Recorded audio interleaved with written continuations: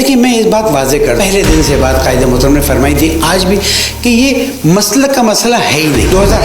2008 में मरी में कायदे मोहतरम ने अहले सुन्नत और अहले तशय्युअ को बिठा के ये बात वाजे कर दी थी कि ज़मीन का मसला है, ये फार्मूला बनाते ही इस फार्मूला के तहत आप आगे बढ़ेंगे।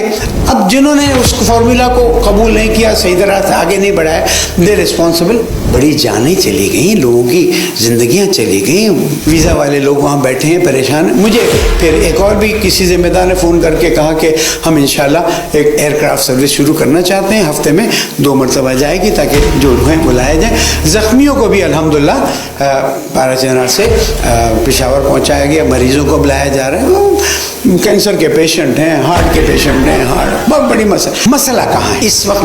मसला सिर्फ इतना है कि रोड नहीं खुल रहा। आपका सवाल उठेगा, रोड क्यों नहीं खुल रहा है? रोड इसलिए नहीं खुल रहा है कि उन्होंने, सब ने बाकी शराइत मान ली हैं, एक शर्त नहीं मानी। मैं शर्त नहीं बताता आपको, लेकिन एक बात बताता हूँ, और वो बात ये है कि जब रोड बंद हो गए तो दवाइयाँ तो दवाइयाँ, राशन तो राशन, आटा तो आटा, नमक भी पहुँचना नामुमकिन हो गया। मेरी बात समझ रहे हैं कि रोड बंद हो गया तो नमक भी पहुंचना मुश्किल हो गया। तो अगर जो उन्होंने शर्त की हुई है कि भाई वो सब जमा करा दो, तो अगर नमक नहीं पहुंच सकेगा, 3 तरफ अफगानिस्तान और एक तरफ रोड बंद करने वाले, तो उसका नतीजा क्या होगा?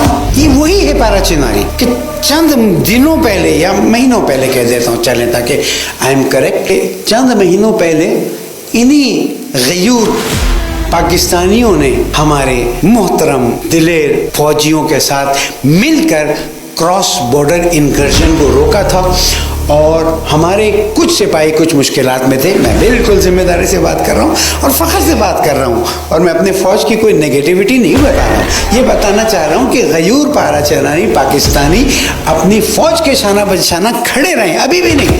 चेक करें हिस्ट्री में कहाँ पर। तो जिन गयूरों ने आपका इतना साथ, यानी पाकिस्तान का, उनके रोड को बंद करके तुम क्या करना चाहते हो? हमारी एक ही डिमांड है, बगैर किसी कैद व शर्त के रास्ता खोल दिया जाए। फिर आपकी शर्त का क्या होगा?